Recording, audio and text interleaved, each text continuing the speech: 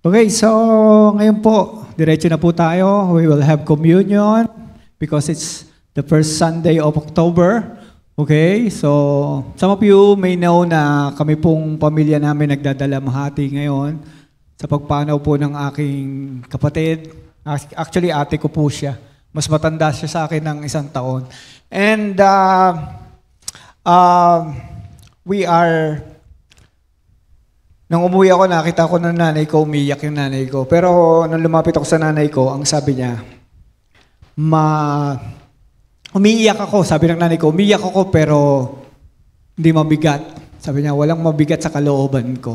Ang nanay ko, alam na kasama niya po yung, alam ng nanay ko na nagkasama na si Debbie at saka yung aking tatay sa langit. Yan. Yung anak ko po, kinikwento ko sa anak ko kung ano nangyari kay Tita Debbie niya. Sabi ko, si Tita Debbie mo umuwi na sa langit. Sinundo siya ng mga angel. Inaano ko sa kanya para ma-imagine niya. Sinundo siya ng angels, tapos punta sila sa langit, tapos nandun na si tatay. Sabi ni tatay sa kanya, "Oh Debbie, nandito ka na pala." Yan. And you know, ang sagot nung habang kinikwento ko yan, tapos sabi ko sa kanya, tapos nakita niya rin si Jesus doon. Sabi po nung anak ko, nakita niya si tatay, bago na yung paa. Bago na raw yung paa. Kasi yung tatay ko, amputated yung paa niya. Meron lang siyang prosthetic for many years. So, naalala nung anak ko. Kaya yun ang nasa isip niya, na bago na raw yung paanong tatay ko. So, ayun po maganda sa ating mga Kristiyano May umuwi man sa Panginoon, kampante tayo, di ba? Hindi tayo nagdaramdam, hindi tayo medyo nalulungkot, no? May time po na papunta ako dito, nasa barko ko, umiyak ako Tapos naglalakad ako doon sa Batangas Pier, umiyak ako. Hindi ko na pinapansin mga tao sa paligid ko. Basta may ganun may moment na nalulungkot ka, hayaan mo lang. Let it go. Okay? And this is what I've learned. No? Pag may moment po ng kalungkutan na gano'n, mas lalong malapit ang Panginoon. Mas ramdam mo. Tama po ba? Mas nararamdaman mo si Lord nandyan lang. No? So, yan po ang pangako niya sa atin. Hindi tayo iiwan, hindi pababayaan. He empathize with us. Okay? So, alam niya po yung nararanasan natin. At pag tinanong mo si Lord, Lord, naranasan mo ba to? He will tell you. No? Naalala niyo, namatay si Lazarus, he wept. Umiyak siya. No? Sinabi sa Bible, talagang yung iba, yun ang alam nilang verse. Jesus wept. Okay? Umiyak siya, umiyak dahil namatay yung kanyang matalik na kaibigan, si Lazarus. Okay? So ngayon po, diretso tayo sa Word of God. Samahan niyo po ako. Start po tayo sa Exodus. So ang aking pong kapatid ay nakalagak ngayon sa St. Peter Chapel sa Bagong Bayan. Bagong Bayan. Malapit na sa C6. Exodus 33.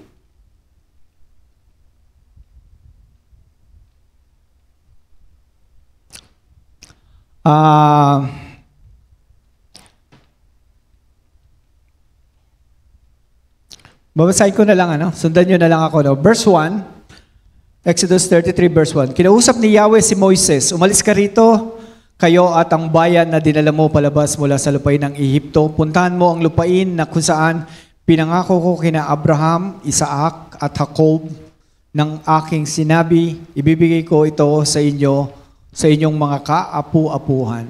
Ipapadala ko sa inyo ang isang anghel at itataboy ko palabas ang mga Kananeo, Amoreo, Hiteo, Pereseo, Hibita at Jebuseo. Puntahan mo ang lupain na iyon kung saan dumadaloy ang gatas at pulot. Pero hindi ako sasama sa inyo dahil kayo ay isang bayang matigas ang ulo, baka lang wasakin kayo sa daan. So, I will skip yung mga ibang verses. Okay? Sabi ni Moses, Panginoon, kung hindi kayo sasama sa amin, huwag nyo na kaming paalisin dito. No? Then verse, napilit ni Moses si God. Okay? Sa verse 14, sabi doon, sumagot si Yahweh, ang sarili kong presensya ay sasama sa iyo at bibigyan kita ng pahinga. I will give you rest. Verse 15, sinabi ni Moses sa kanya, kung ang inyong presensya ay hindi sasama sa amin, huwag mo kaming alisin mula rito. Dahil kung hindi, paano malalaman na ako ay nakatagpo ng pabor, found favor sa iyong paningin, ako at ang iyong bayan. Hindi ba nararapat lamang na sumama ka sa amin para ako at ang iyong bayan ay maiba mula sa lahat ng ibang bayan na nasa ibabaw ng mundo? Sinabi ni Yahweh kay Moses, gagawin ko din ang bagay na ito na iyong hiniling. Dahil ikaw ay nakatagpo ng pabor sa aking paningin at nakilala mo ako sa pangalan. Verse 18, sinabi ni Moses, pakiusap, ipakita mo sa akin ang iyong kalwalhatian. Sabi po sa, basahin natin sa New King James, sabi, verse 18, and he said, I beseech you, show me your glory. Okay? So, saglit po tayo manalangin. Ama naming Diyos, marami pong salamat sa araw na ito. Marami pong salamat sa bagong buhay binigay mo sa amin, bagong pag-asa. Hallelujah. Salamat, Panginoon. Kinakalimutan namin ang nakaraan at we press on. Hallelujah. Para po patuloy na ma-enjoy namin ang buhay, makasama namin kayo, magawa namin ang pinagagawa nyo, makapagbigay kami ng kalwalhatian sa inyo. Marami pong salamat, Panginoon. Thank you for a time of fellowship with my brethren, my brothers and sisters. Salamat po, Panginoon. Alam ko po na kayo ang patuloy na magtuturo sa amin. We let the Holy Spirit do its work. Kayo po ang magturo sa bawat isa. We thank you for opening the eyes of our understanding. At ang iyong salita, Panginoon, ay patuloy pong sasaamin, papamuhay namin. Maraming pong salamat, Panginoon, for the victory of your service today, Lord God. We thank you very much, Lord God. Hallelujah. For you are with us. Your presence is with us. Salamat po, Panginoon. We give you praise. We give you honor. In Jesus' mighty name we pray. Amen and amen. Hallelujah. Sige po, palakpakan natin ang Panginoon. Okay, so bigyan niyo lang ako ng kaunting panahon. Hindi po ako mahabang magturo eh. Minsan hinahabaan ko na lang. Pero maikli lang po talaga. So anyway, iba po sa probinsya eh. Sa probinsya, ano lang kami, parang simpleng-simple lang talaga, no? So anyway, ang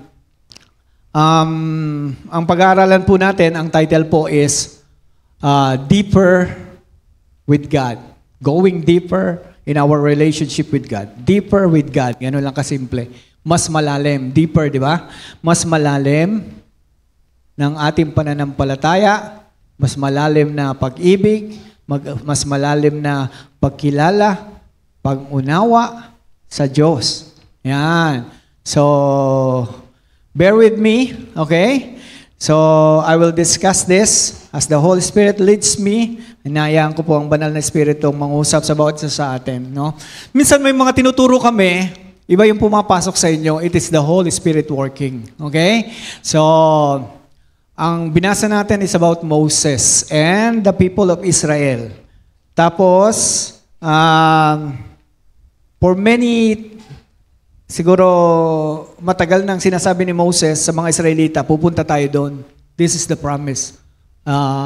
A land flowing with milk and honey. Dumating sa punto na galit ang Diyos sa mga Israelita, di ba? Nabasa natin kanina. Sabi niya, huwag mo na akong papuntahin dyan kasi baka mawasak kayo. No? Baka pagpunta nyo doon sa promised land, papunta pa lang kayo, patay na kayong lahat. Galit na galit ang Diyos. No? Pero the thing is, nung sabi sa Bible, in the old times, the Lord speaks to the prophets. Merong mga propeta, ginagamit ang Panginoon. And one of them is Moses. And also, sabi ni si Moses, siya yung mediator. Ngayon, wala nang ibang mediator. The Bible tells us there's one God and one mediator between God and man. Okay? So, and that is Christ Jesus. Wala na ibang mediator. Okay? Now, Hindi rin tayo. Minsan, inisip ng mga Christians, tayo yung mediator. Well, may point na we can mediate, parang intercede with those who are not Christians para ilapit sila sa Panginoon. Pero ang mediator talaga is Jesus Christ. Now, nung time na yon, si Moses ang mediator. Kaya si Moses, he could talk face to face with God. No? Face to face, nakikita niya ang Panginoon. Di ba sabi, walang nakakakita sa Panginoon at nabubuhay. Paano nangyayari yun? Si Moses nakakapag-usap ng face-to-face kay God. Ganito po yun. Pag si Lord ang nag-initiate, pwede kang lumapit kay God. Okay? When you are in the Spirit, pwede mong makita si God face-to-face. When you are in the Spirit, no? Pero kung talagang physical body ka lang, hindi ka tatagal. But if it is God-initiated, kasi sa Bible, merong 72 elders, sinama ni Moses, kinausap sila, kumain sila with God. Nakita nila si God face-to-face. That is God-initiated, and God has placed them in the realm of the Spirit. Kaya kayo rin, pwede niyong makita ang Lord face-to-face. Okay? Huwag kayong mag-alala. So, naku, nakita ko si God. Baka mamatay na ako. Hindi po ganon. Okay? Marami pong mga testimony, mga men of God, yung ibang mga simpleng Christians, nakita nila ang Panginoon. And, ayun po, ako, gusto kong makita ang Panginoon. Okay? I want to see God face-to-face. I want to see Him. Okay? Ito po yung tema ng ating pag-uusapan.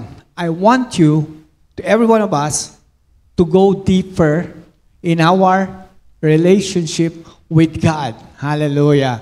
So, gusto lang Panginoon, kung gusto mo, mas gusto ng Panginoon. But I am telling you, it is God who puts the desire in your heart na huwag kang manatili sa pagiging just a Christian, so go to Sunday, every Sunday, go to church, tapos magbabasa ng konting Bible, magpe-pray paminsan-minsan sa Lord. Hindi, mas gusto ng Panginoon, mas malalim ka pa doon. Naniniwala po ba kayo doon? It is God who placed that desire in your heart na you long, Lord, mas malalim pa. Gusto ko pang lumalim. Okay? But I will tell you, because of the things in this world, because of the things na nakikita natin sa news and sa mga TikTok, Instagram, and Facebook, I'm not against it. Meron akong Facebook lang. But, because of these many things, nawawala minsan yung desire na yun. Nakakalimutan mo yung desire na yun. But I tell you, there is nothing na mas maganda than to have an intimacy with God. Hallelujah. Napakasarap po yung maging intimate ka, di ba? Sa mag-asawa, mas masarap intimate kayo. No? Yung tipo bang, yung asawa mo, magtitinginan lang kayo. Alam mo na iniisip niya, alam niya na iniisip mo.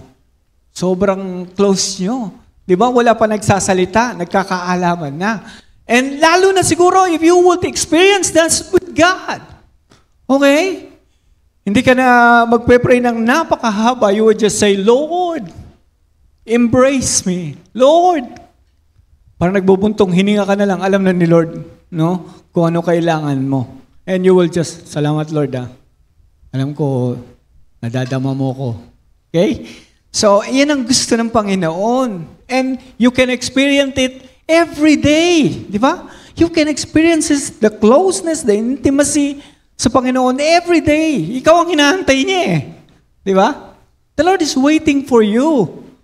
I remember yung tinuro ko dati dito. There is a love that is waiting for you every day. Sabi ko, ang title ng message is, What am I most thankful for? Anong pinagpapasalamat ko ng higit sa lahat? And that is the love. Okay? It's not a blessing. It's not a favor. It's not the opportunities.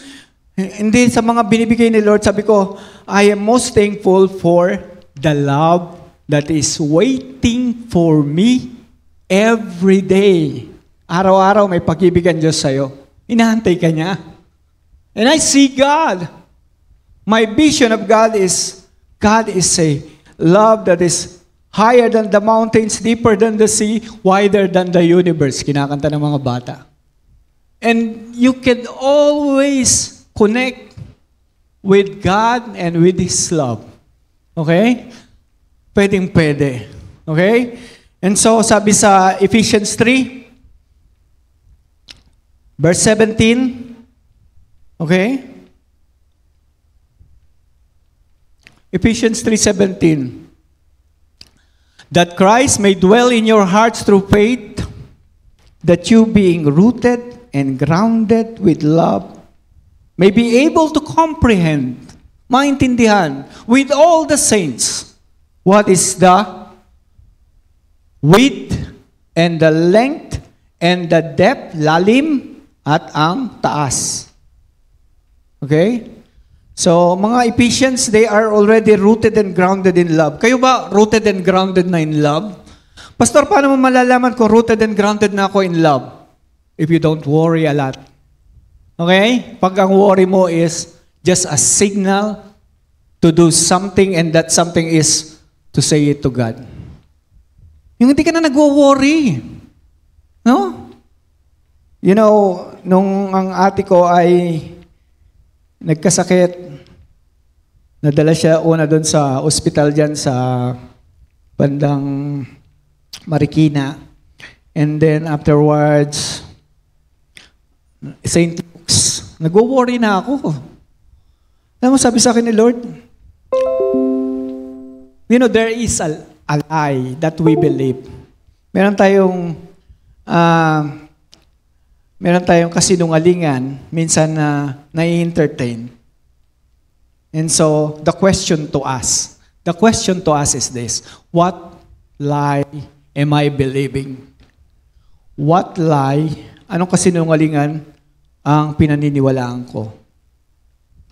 And so, sabi ni Lord sa akin, sige, anong kasinungalingan ang pinaniniwalaan mo na hindi ko inaasikaso or I don't care about your sister? No? And then pagkatapos nun, i-reverse mo. So what is the truth? The truth is, kung mas mahal mo, ganito sabi sa akin ni Lord kung mas mahal mo yung ate mo, mas mahal ko yan. Okay? So, okay Lord, I stop worrying. From then on, I stop worrying. Alam niyo, ang sinasabi ko sa ate ko is this. Ano sinasabi sa'yo ni Lord? Okay, ganun lang. No? Tapos na kami dun sa binding and loosing. Tapos na kami, we have the healing of God. Okay, by the stripes of Jesus, we are healed. Lagi kong sinatanong sa kanya, ano sinasabi sa'yo ni Lord? Bali ba, before nangyari yan, nanaginip ako, naikwento ko sa ate ko. Kasi yung nanay ko, na-stroke. Tapos, ngayon, nagre-recover yung left niya. Nakakalakad siya. Hinihila niya lang yung paa niya. No? Tapos, nanaginip ako. Sinabi ko sa ate ko, ate, may nanaginip ako. Si tatay, pumunta dyan sa bahay, sa Bikutan. May susunduin daw siya. Okay? May susunduin daw siya. Wala pa kaming alam doon sa sakit ni Debbie. So, ito namang isang ate ko, taga Antipolo, Ate LB, nanaginip din daw siya. Ako raw pumunta, kumakatok ako doon sa bahay nila. Ate, si tatay may susunduin. Ang ate ko, may time na hindi siya makalakad, naka-wheelchair siya, kasi nadulas yata siya. No? Noong time na yon. Ang sabi ng ate ko, sabihin mo, parang nakausap niya yung tatay ko, sabi niya, tayo, wag muna, gagraduate pa si Daphne, yung aking pong pamangkin, yung anak niya. Tayo, wag muna, gagraduate pa si Daphne. So, alam niyo po nangyari, natatawa yung ate ko namatay yung biyenan niya. Yung biyenan niya, yung pinto, saka pinto nila, alos magkadikit. Sabi, nagkamali ka yata ng katok, sa kabila yata pumunta. But anyway, the thing is, Yung ate ko po kasi, nagkaroon siya ng sa breast. Meron siyang mass, no? Siguro matagal na, hindi lang sinasabi. Ngayon, kumalat na sa lungs. Naging dalawa na yung mass niya. Sa lungs saka sa breast. Tapos pumasok na sa spine. At dahil dun sa spine, hindi na siya makalakad, no? For ilang months, siguro mga 2 months lang, hindi na siya makalakad. But anyway, ang ate ko, pag nakikita nyo, ini-encourage niya. Ayaw niya ayaw niya magpadalaw. May stress kasi siya pag may dadalaw kasi maraming tinatanong. But anyway, ang ginagawa niya, pag may nangangamusta sa kanya, mini-message niya, voice call. Kaya pag narinig niyo po yung mga voice call niya, siya nag-i-encourage. No, magugulat kayo sinasabi niya. Sabi niya, huwag kang mag-worry. Worry is not from God. Huwag kang matakot. Basta sabihin mo lang, gagaling na si Ate Debbie mo. Magkikita na kayo sa church. Mga ganun mga sinasabi niya. Pag naririnig mo yung boses niya, kahit ako no, pauwi ako dito, galing August, sabi niya, Lex, punta ka na dito. Sabi mo, huwag mo nang isipin. Huwag ka nang mag-isip ng kung ano-ano. Si Lord bahala. Tapos sabi niya, enjoy mo na lang yung presence ni Lord as you travel. So, sabi ko, sige. No? Sabi ko nga kay Bishop hindi ko na ma-encourage yung ate ko kasi mas encourage siya sa akin Okay? So, ito po, kaya ko nababanggit sa inyo is because when you are deeper in your relationship with God, yung mga bagay na pinagdadaanan natin, kayang-kaya mo. Okay? Because being deeper with God means you are rooted and grounded. Okay? So, ano sabi doon sa, is it Proverbs 12:12 na sabi ay, tingnan ko hindi ko yata na-save dito ito. Proverbs 12:12 sabi, the wicked desires the net of evil men, but the root of the righteous yields fruit. Okay? The root of the righteous, ayun, habang lumalalim ka, mas lalo ka namumunga. If you ever want to be a fruitful Christian, if you ever want to be successful and victorious in your life, dapat lumalalim ka. Tama po? Wala yata nag-amen sa passing ngayon. Okay? So, do you understand the parable of the mustard seed? It started with the little seed, mustard seed, pinakamaliit, pero nung naitanim, lumalim ang ugat, lumaki yung puno, hanggang sa maraming mga ibon ang nagpugad sa kanya. That is a picture of Christianity, of course. Christianity, nag-start kay Jesus na matay, naitanim, lumago, hanggang inabot hanggang sa atin. 2,000 years ago, umabot hanggang sa atin, sa Pilipinas, okay? And tayo po ay patuloy na lumalago. But that is also a parable for every one of us. Tingnan nga natin yung parable na yun sa, is that sa Mark 4,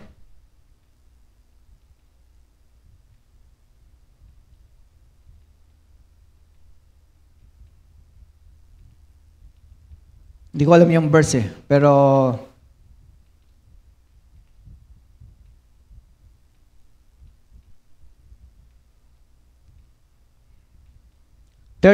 Mark 4:32.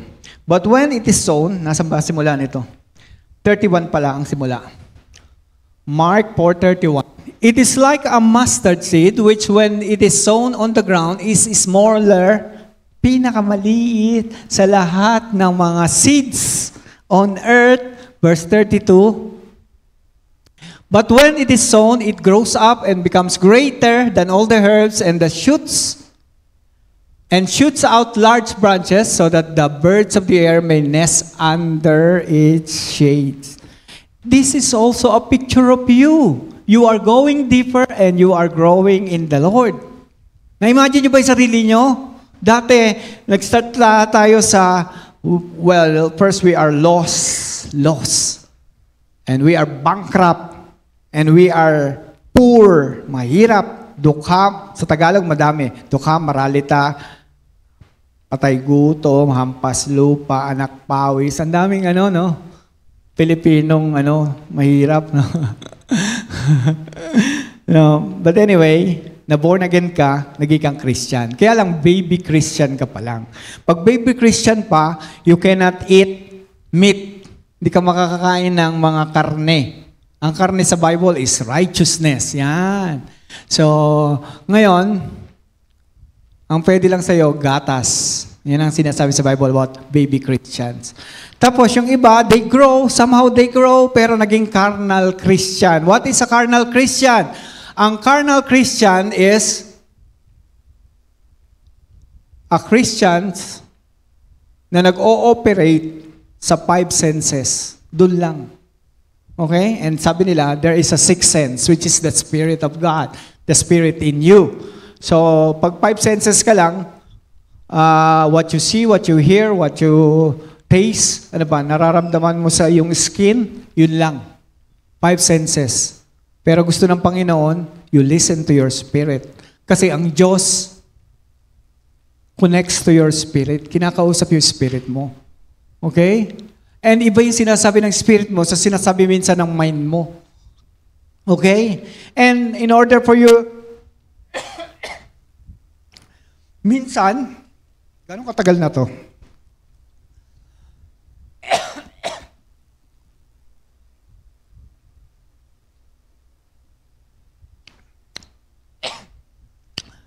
Di ba ito yung huling ininuman ko? Tagal na no? Buti walang sunlight. Okay, nasa na tayo? Nasa na ako? Okay, so, nawala ako But anyway, babalik ako dun sa, yan, no?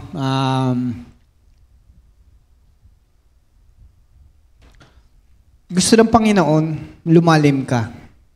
Okay? Yung roots muna ang simula. Merong parable din dito sa Mark 4 about the sower. Dapat alam nyo to, no? Sa sower naman, may 4 na soil. Okay? Nandun na ako. Na-pick up ko na. Nandun ako sa carnal Christian. So, ang carnal Christian po is somebody na nag-ooperate lang. Pag nagka-problema, naku, saan ako kukuha ng pera? Naku, sino kaya utangan ko? Naku, nandiyan pa kaya si Bombay? Okay? So, pinaprocess mo through your senses. No? Pero in your spirit, pag tumigil ka, kaya sinasabi ng Lord, be still and know that I am God.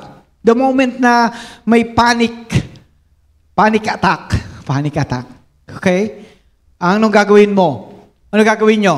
Be still and know that I am God. Okay? Dumaan kami sa bagyo.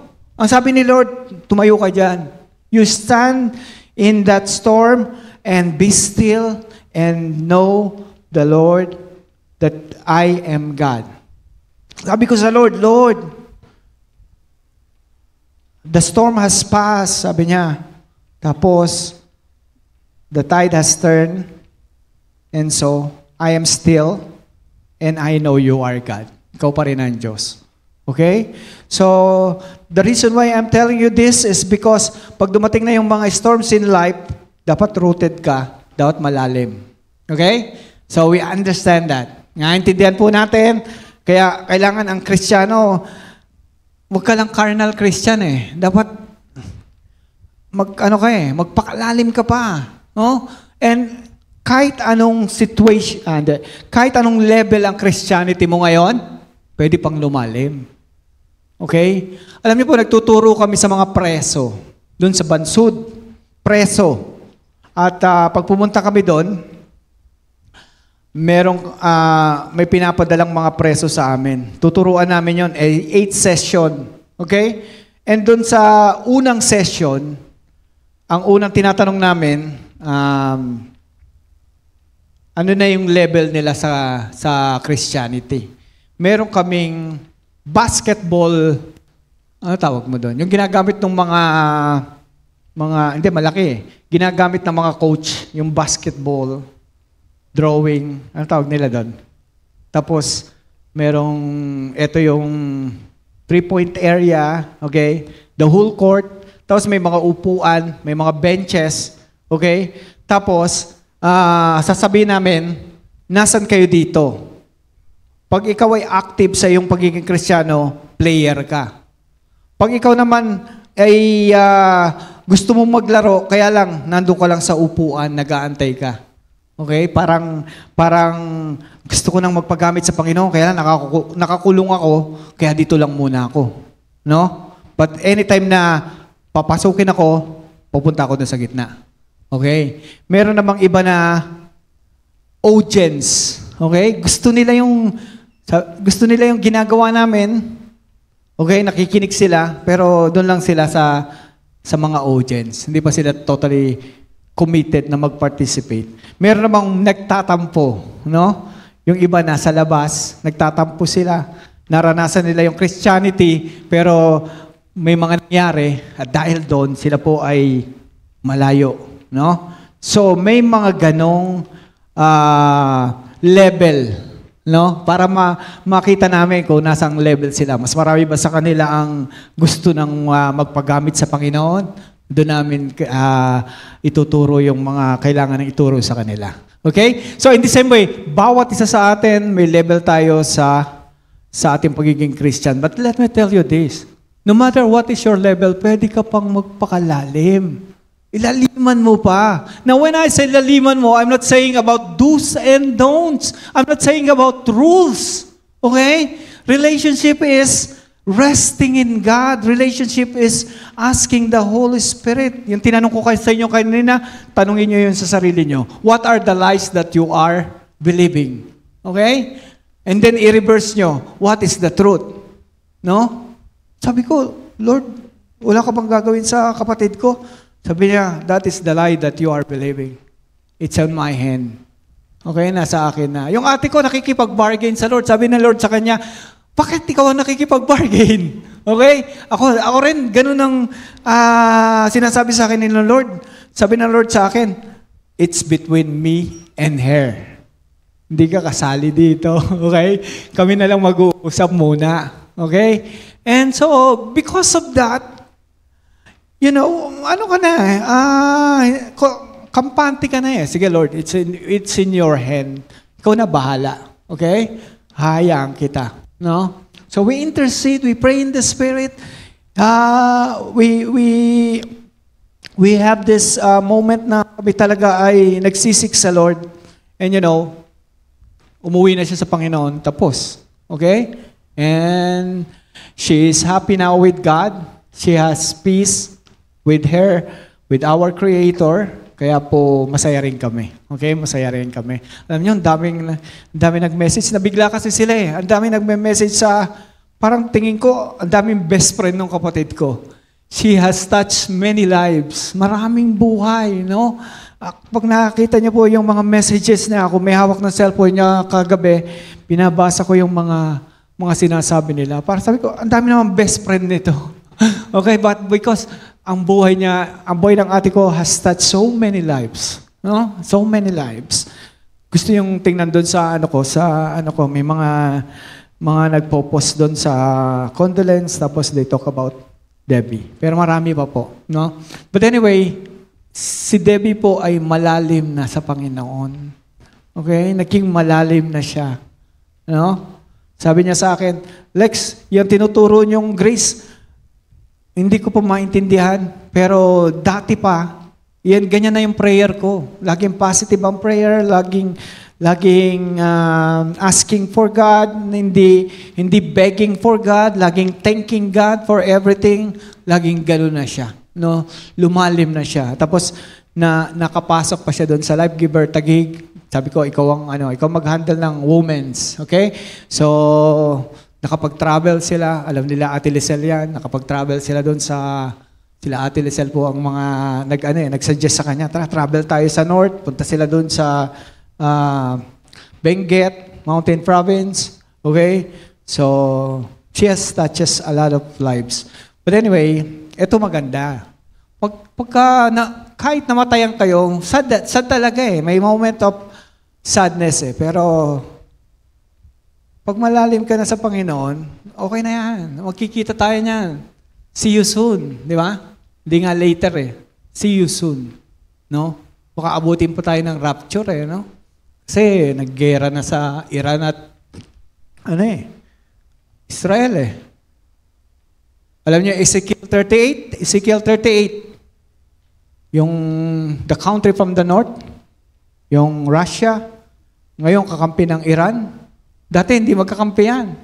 Tapos, Libya, Lebanon, lahat yan. Magkakampi sila, punta sila sa northern part, sa Golan Heights. Basahin niyo Ezekiel 38, supernaturally, hindi matatalo ng Israel through their weapons, through their, di ba, may tinatawag silang beam, iron dome, tapos yung iron beam, no? Pero hindi tatalunin ng Israel sa pamamagitan nun, kundi supernaturally, may gagawin ng Panginoon. Yan. May gagawin ng Panginoon. And then, rapture na. Okay, after nun, rapture na. Alis na tayo dito. Okay, saka lalabas yung the man of perdition, the Antichrist. Wala na tayo dito nun. No? May naghihinder sa Antichrist eh. Yun yung mga Christian. Pag lumabas kasi siya ngayon, i-rebuke natin siya. Baka wala siya magawa. Pero maaalis tayo dito, then, ganun po mangyayari. So, asan ako? Hanggang anong oras ba ako? Baka nalilibang ako eh. Nagsimula tayo ng 8, tapos 8:30, 9, kakaunti pa, no? Alam ko, sanay kayo sa mga habang preaching eh. Huwag kayo mag-alala. Mabaguhin natin ngayon. Anyway,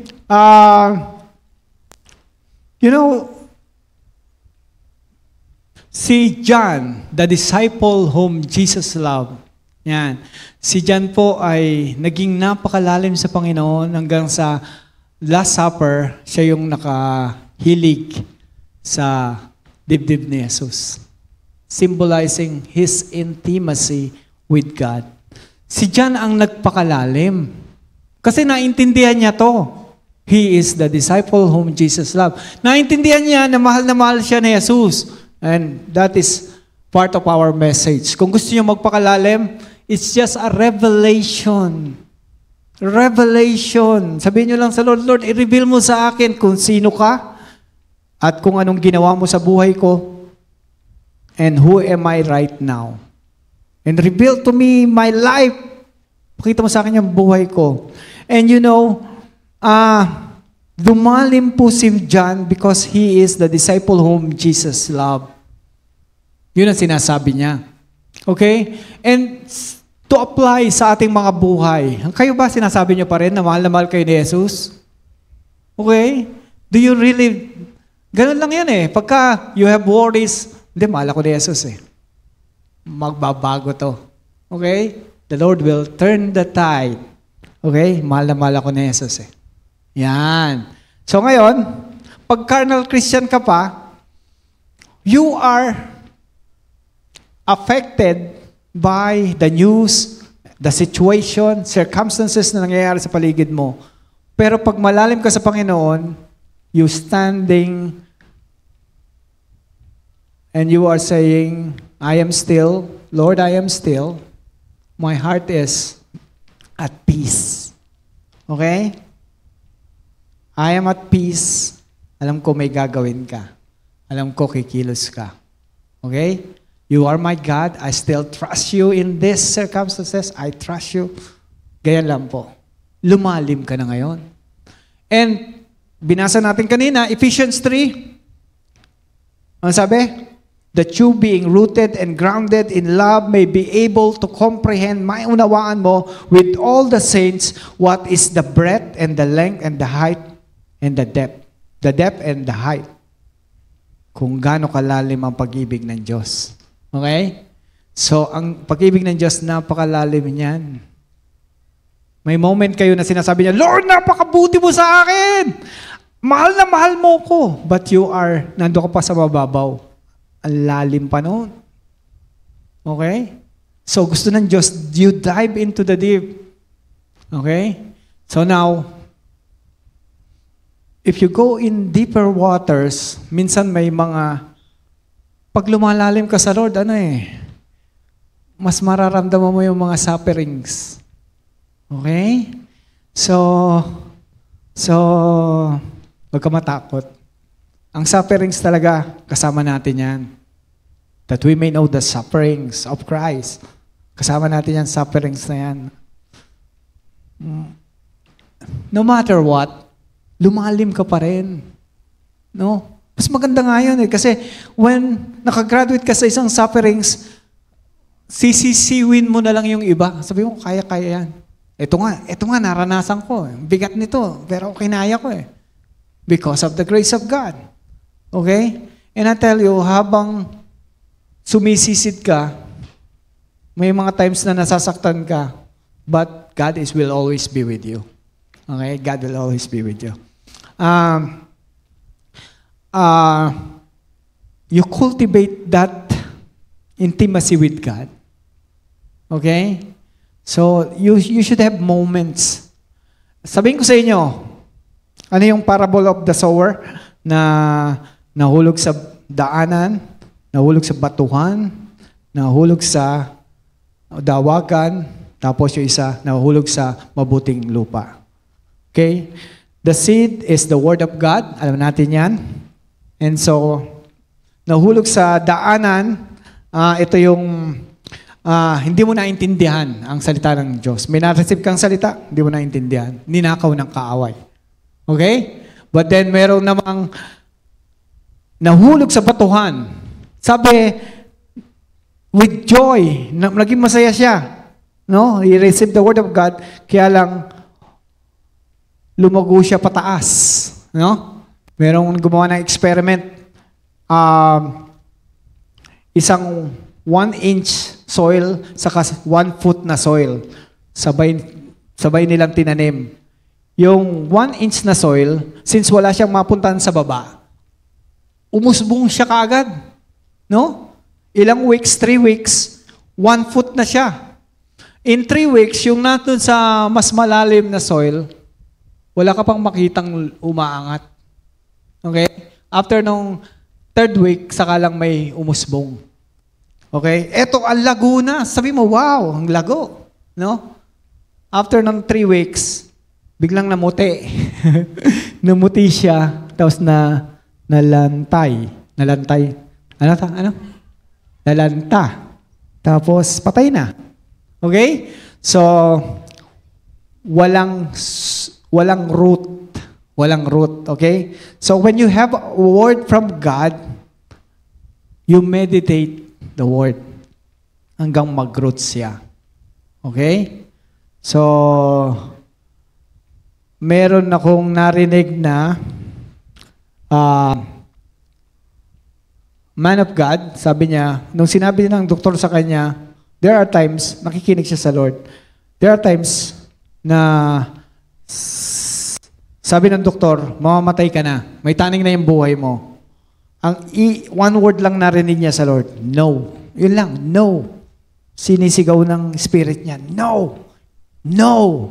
Nakinig siya doon. He meditated doon sabi ni Lord, no, hindi ako mamatay. Okay? May tayo naman na sabi sa kanya, you have to undergo chemotherapy. Tapos, parang hindi niya narinig yun, no. Okay? So, he went on the process of chemotherapy, gumaling siya.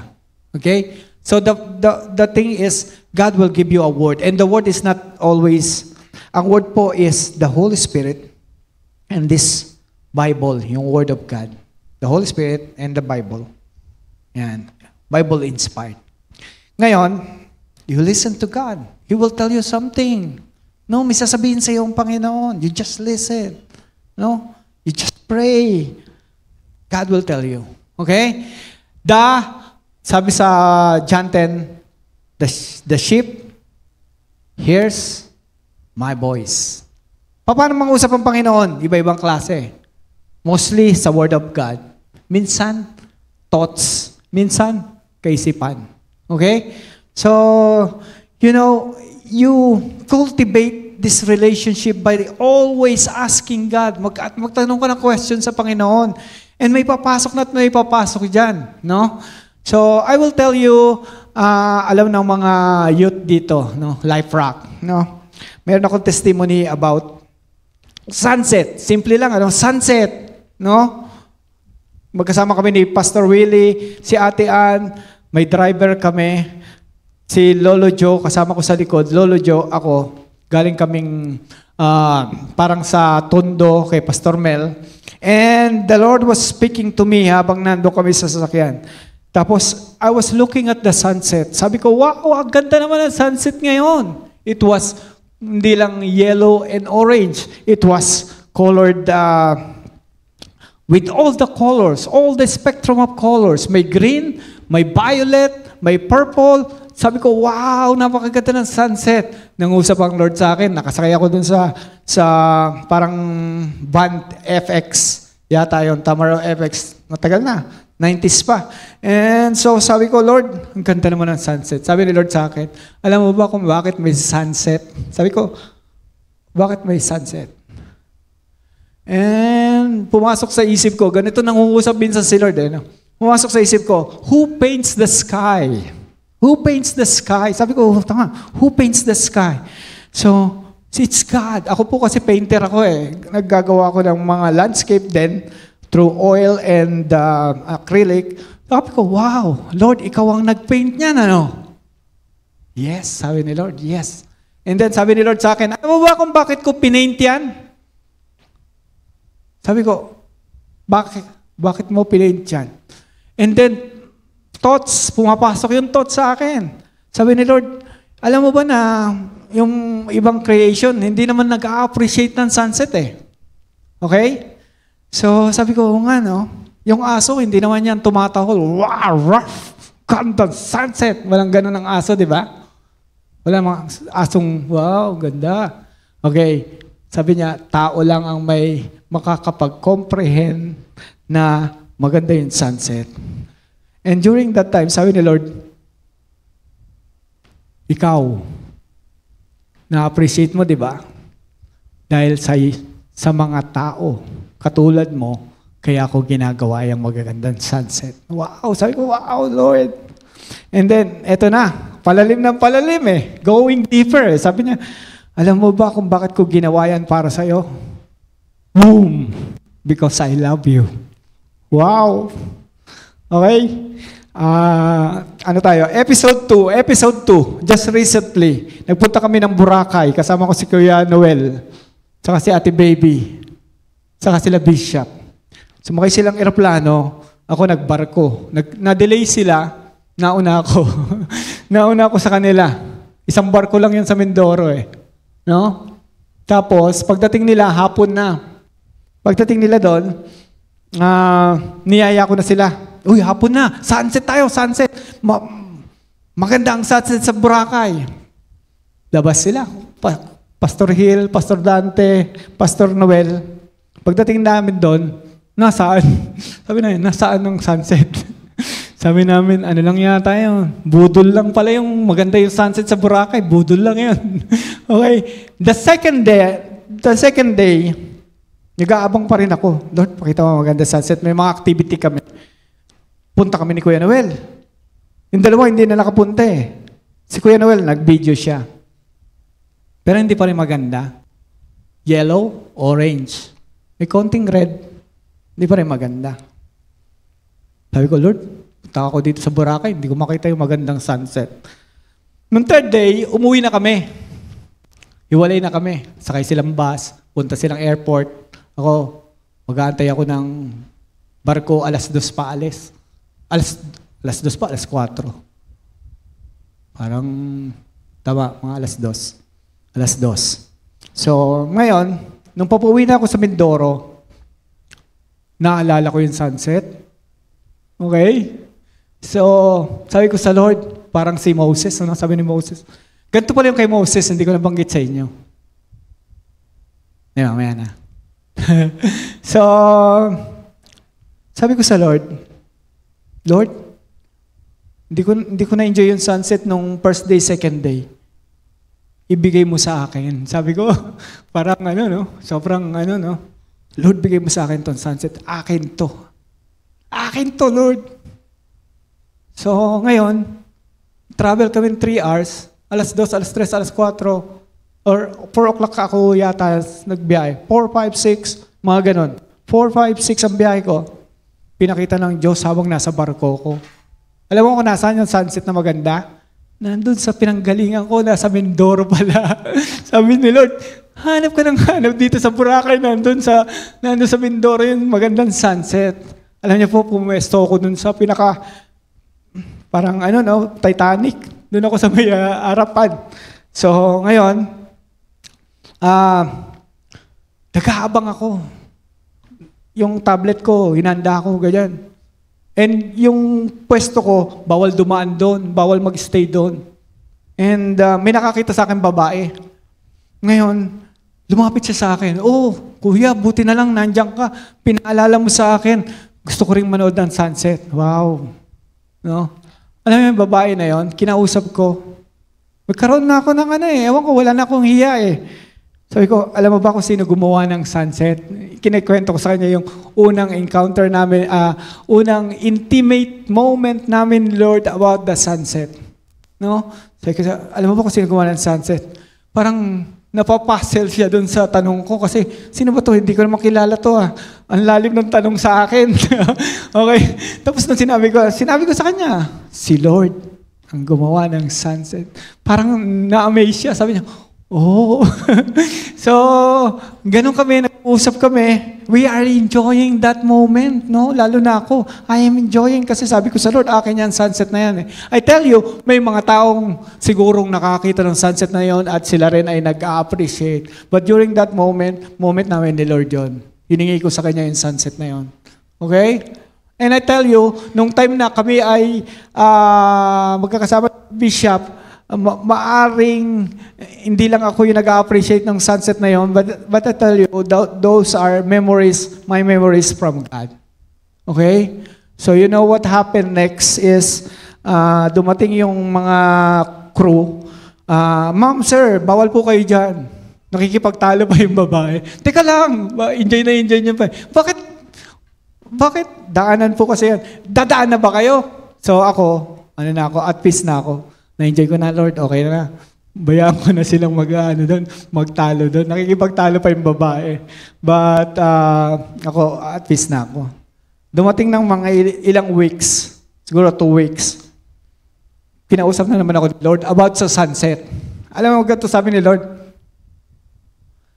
yung last intimate moment mo sa akin, nung last sunset pa. Wow, sabi niya, tagal na.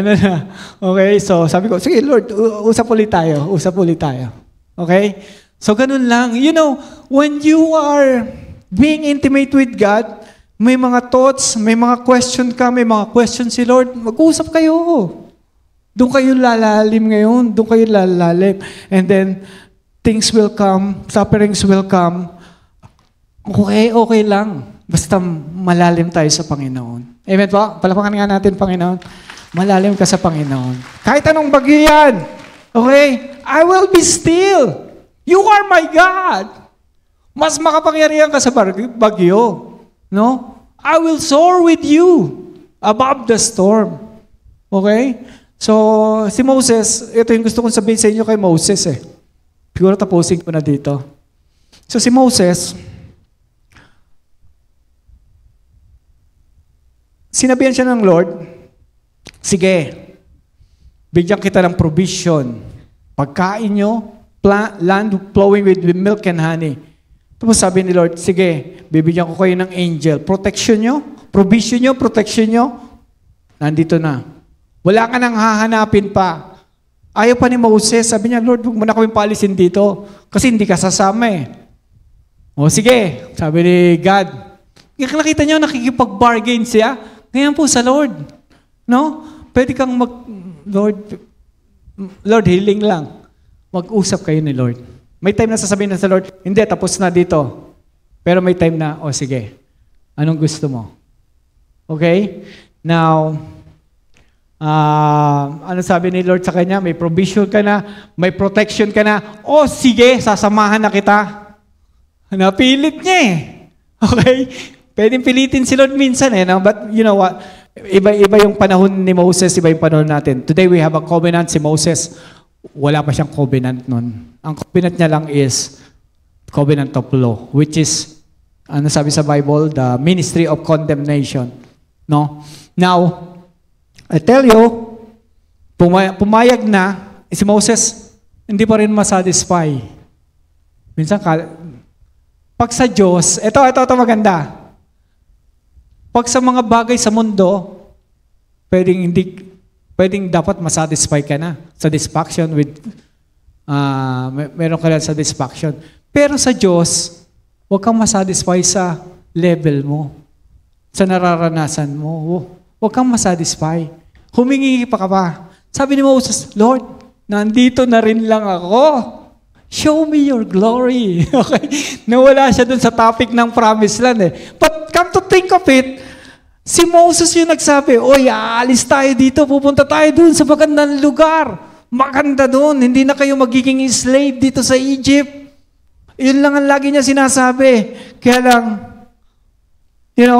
what happened is, pupunta tayo dun sa, nung namatay si Moses. Okay? Nung kinuha na ni Lord si Moses, Nung si Moses po ay, ang sabi kasi, Moses is dead. Moses, my servant, is dead. Namatay siya, pero hindi nila makita yung body niya. Okay? So, ngayon, yun ang sinasabi ko sa iyo, yung intimate moment. Sabi ni Moses, Lord, salamat meron na kaming provision, meron na kaming protection, meron pa kaming presence mo. Pero, pwede pang isa na lang. Pakita mo sa akin ang kaluwalhatian mo. Ano ginawa ng Panginoon? Sabi ni Lord, it was not God-initiated. Katulad ng sinasabi ko sa inyo, mamatay si Moses pag nakita niya si God. Sabi ni God, sige, ipapakita ko sa iyo, ilalagay kita dun sa uka, the cleft of the rock, dun ka lang. Huwag kang alis dun. Pag dumaan ako, tatakpan ko ng kamay ko yung mukha mo para ang makikita mo lang yung likod ko. Ganun po eh.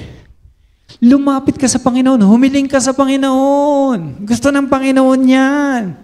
Okay? Mas masaya ang Panginoon pag nagiging malalim ka. Mas masaya. Ikaw, mas lalo kang sasaya.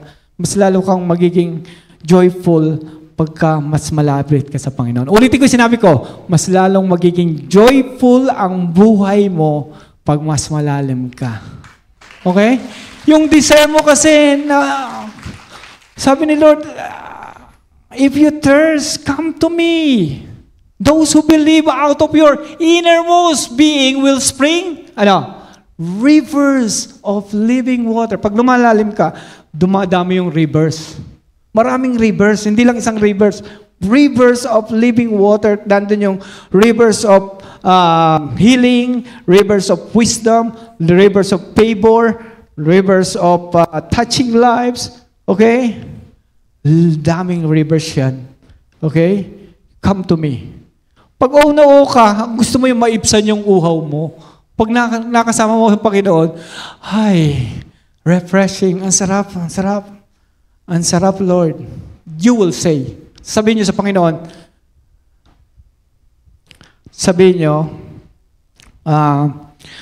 the Lord is good. Yan ang sasabihin niyo.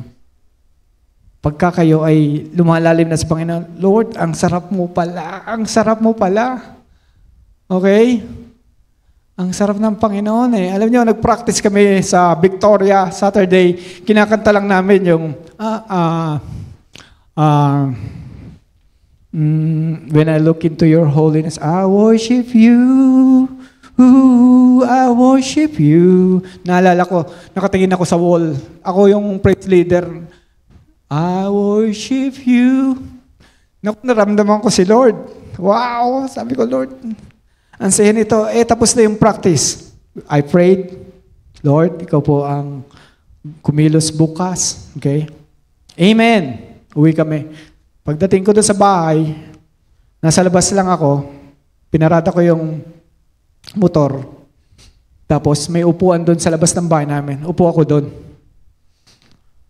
I worship you. Dala ko pa yung presence ni Lord from church hanggang sa bahay. I worship you, the reason I live. Alam mo, eto, hindi ko nasabi last time.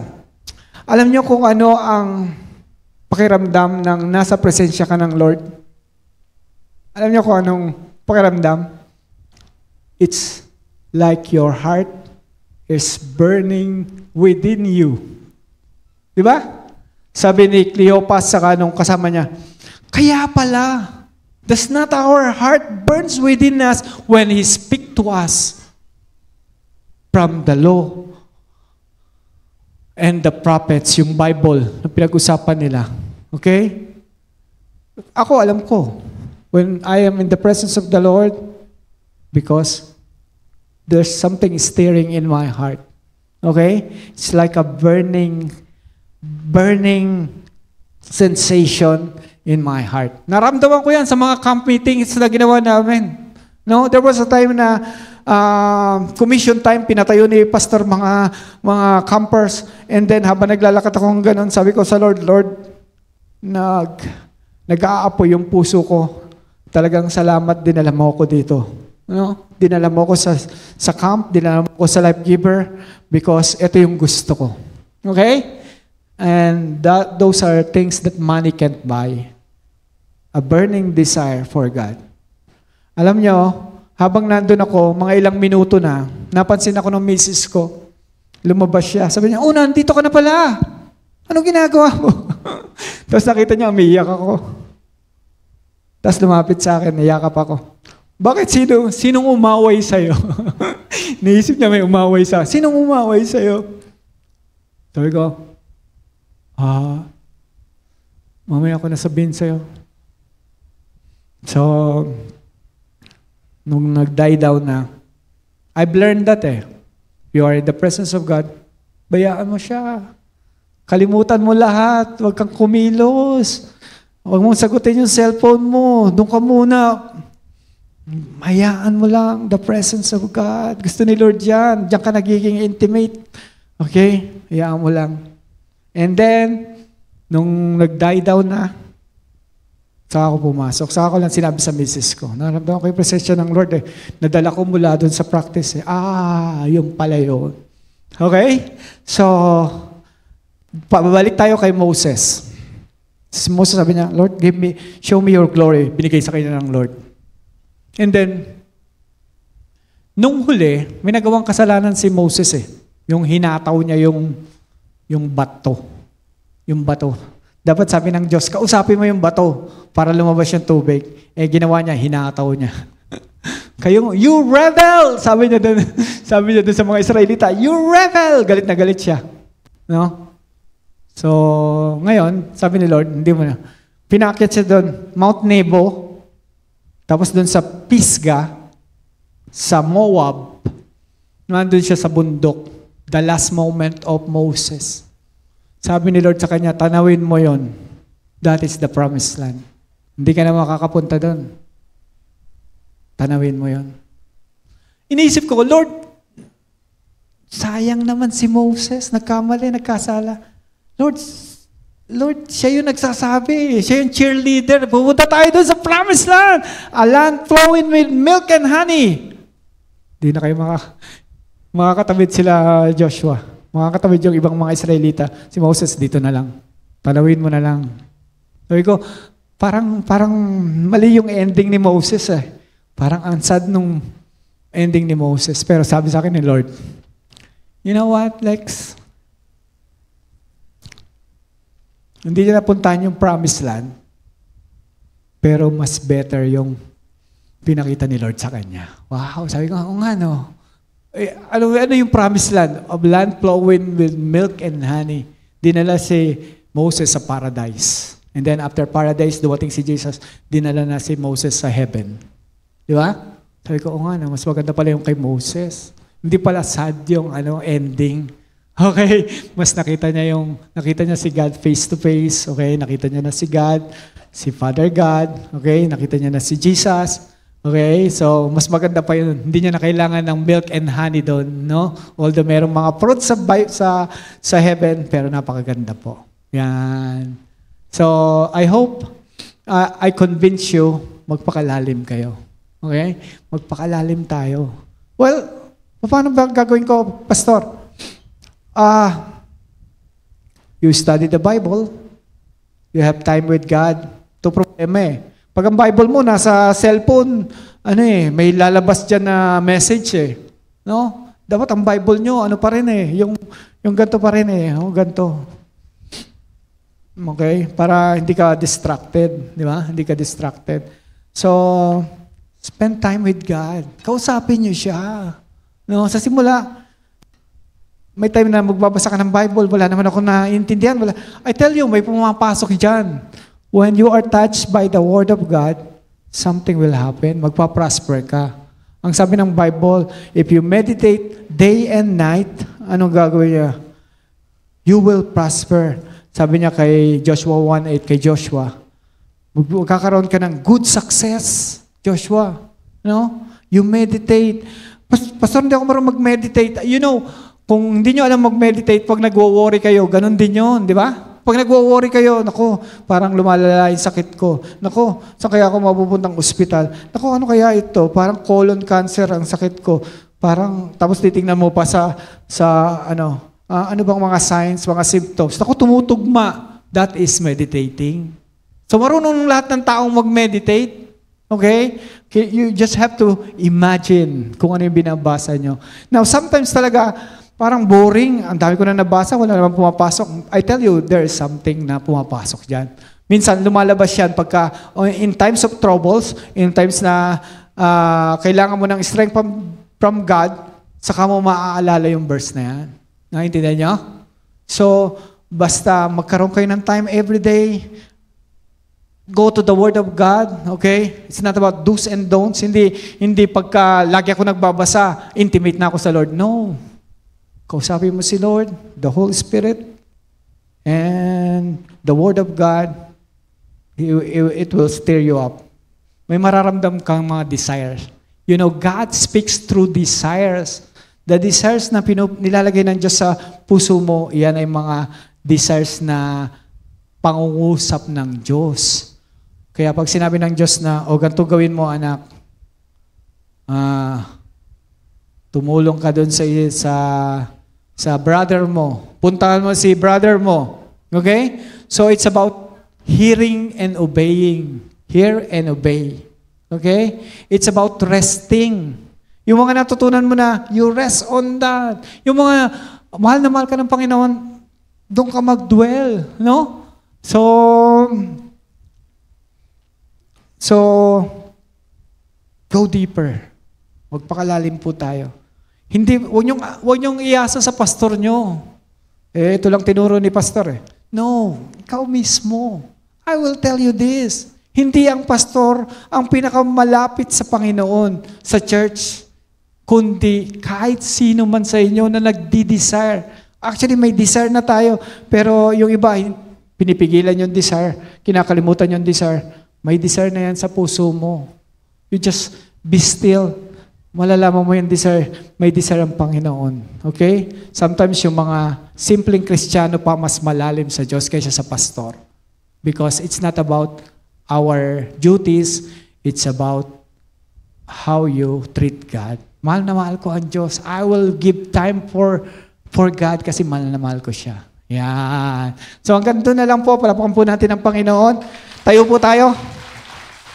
And, hallelujah.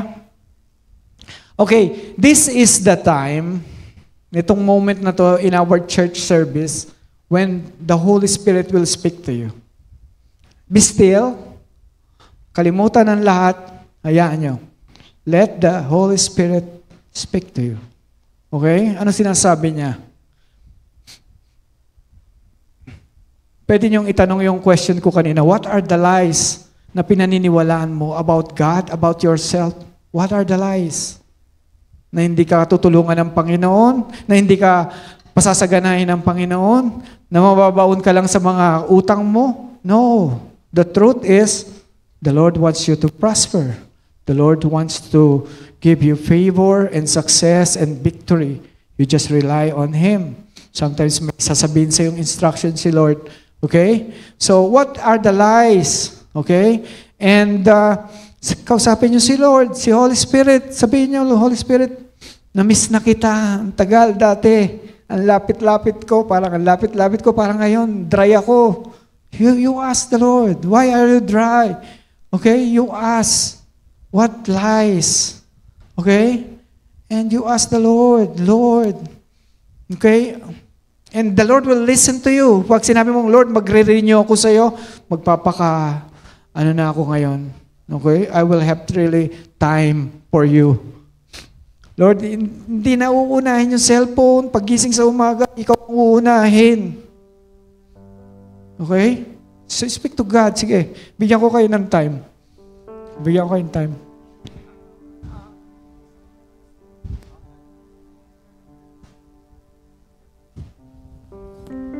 Sige po, you have time for God. Nasa church tayo eh. This is church. Church is talking to God. Church is opening your hearts. Yan ang gusto ni Lord, yung transparent ka. Gusto mong sabihin sa Kanya lahat. Lord, wala akong may tatago sa'yo.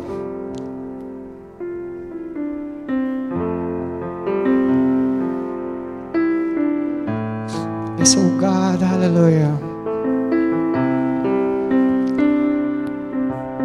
Ang sarap, di ba? Moments with God. Sarap.